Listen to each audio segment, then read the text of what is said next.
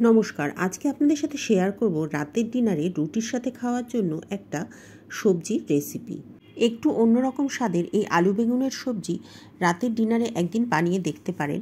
আশা করি আপনাদের সকলেরই খুবই ভালো লাগবে। এই আলু বেগুনের সবজি থাকলে অন্য আর কোনো কিছুই রাতের ডিনারে বানানোর কোনো দরকার পড়বে না। তাহলে চলুন শুরু করা যাক আজকের এই আলু বেগুনের তরকারির খুবই সাধারণ একটি রেসিপি। সবার প্রথমে তৈরি করে নেব একটা মশলা। নিয়েছি 6-7 কোয়া রসুন, 1 ইঞ্চি সাইজের একটা আদার টুকরো আর 2টো কাঁচা লঙ্কা। এবারে এই সমস্ত কিছু একটা মিক্সার জারের মধ্যে দিয়ে একটা খুব মিহি পেস্ট তৈরি করে নেব। পেস্টটা যখন বানাবেন তখন একটু বেশি করে জল দিয়ে পাতলা করে বানাবেন। কেন বলছি সেটা একটু পরেই বুঝতে পারবেন। পেস্টটা তৈরি হয়ে গেছে, এবারে এটাকে একটা বাটির মধ্যে আমি নিয়ে নেব। এবারে এর মধ্যে মিশিয়ে দেব কিছু গুঁড়ো মশলা। নিয়েছি 1 চামচের 4 ভাগের 1 ভাগ হলুদ গুঁড়ো, 1.5 চামচ কাশ্মীরি লঙ্কার গুঁড়ো আর 2 চামচ ধনে গুঁড়ো। গুঁড়ো মশলাগুলো দিয়ে আদা কাঁচা লঙ্কার পেস্টটার সাথে ভালো করে মিশিয়ে নেব। গুঁড়ো মশলাগুলো মেশাবো বলেই আমি আদা কাঁচা লঙ্কার পেস্টটা একটু বেশি করে জল দিয়ে বেটেছিলাম। পেস্টটা তৈরি হয়ে গেলে কিছুক্ষণের জন্য রেখে দেবো যাতে গুঁড়ো মশলাগুলো ফুটে ওঠে। অপরদিকে নিয়ে নিয়েছি একটা প্রেসার কুকার, যার মধ্যে আমি কিছুটা তেল গরম করে নিয়েছি। এবার এর মধ্যে ফোড়ন দেব 1 চা চামচ গোটা জিরে আর 2টো কাঁচা লঙ্কা, যেটা আমি একেবারে কুচিয়ে নিয়েছি। এবারে ফোড়নটা দিয়ে ভালো করে ভেজে নেব। এরপরে দিয়ে দেবো একটা বড় সাইজের আলু, যেটা আমি লম্বা লম্বা করে কেটে নিয়েছি। আলুটা দিয়ে ভালো করে ভেজে নেব। আলুটা দিয়ে মিনিটখানেক ভেজে নেওয়ার পর এর মধ্যে দিয়ে দেবো একটা টমেটো। টমেটোটা আমি একটু বড় বড় করে টুকরো করে কেটে নিয়েছি। এবার টমেটোটা দিয়ে আলুর সাথে ভালো করে ভাজতে থাকবো। মিনিট 2-3 নাড়াচাড়া করে টমেটোটা আলুর সাথে ভেজে নেব। 2-3 মিনিট আলুটার সাথে টমেটোটা ভেজে নেওয়ার পরে এর মধ্যে মিশিয়ে দেবো কিছু গুঁড়ো মশলা।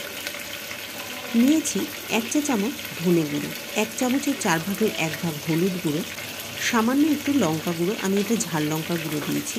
আর মশলার পেস্ট বানানোর সময় যে লঙ্কার গুঁড়োটা দিয়েছিলাম সেটা কাশ্মীরি লঙ্কার গুঁড়ো ছিল।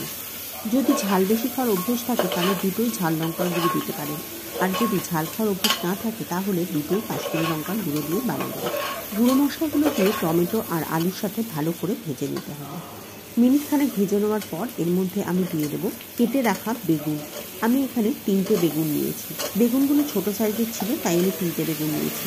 বেগুনগুলো দিয়ে আবারও মশলার সাথে ভালো করে ভেজে নেব। আগুনের আঁচটা এই সময় কম রাখবেন, না হলে প্রেসার কুকারের তলা থেকে মশলাটা পুড়ে যাবে।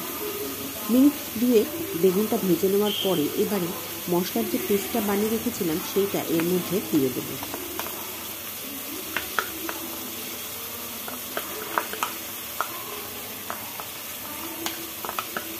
মশলাটা যে বাটিটার মধ্যে ছিল সেই বাটিটার মধ্যে সামান্য একটু জল দিয়ে মশলাটা ধুয়ে সেই জলটাও আমি এর মধ্যে দিয়ে দেবো। বাটির গায়ে লেগে থাকা মশলাগুলো এতে আর নষ্ট হবে না। এবারে সমস্ত কিছু ভালো করে মিশিয়ে নাড়িয়ে চাড়িয়ে আরও 2-3 মিনিট মতো আলু আর বেগুনগুলোকে মশলার সাথে ভালো করে কষিয়ে নেব। মিনিট 2 মশলার সাথে আলু আর বেগুনটা আরও কিছুক্ষণ কষিয়ে নেওয়ার পরে এর মধ্যে দিয়ে দেবো স্বাদ মতো লবণ। লবণটা দিয়ে আরও একবার নাড়াচাড়া করে সব কিছুর সাথে ভালো করে মিশিয়ে নেব।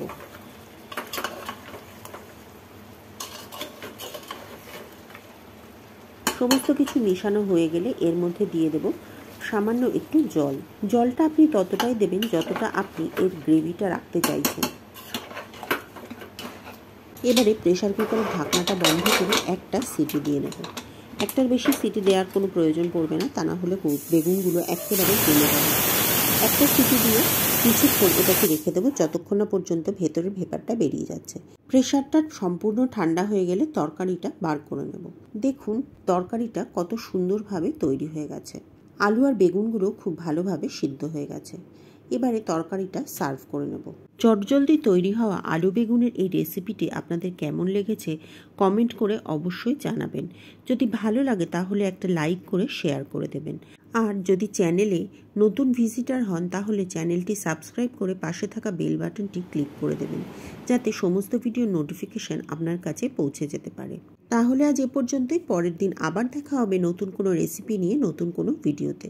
ততদিন সকলে ভালো থাকবেন এবং সুস্থ থাকবেন।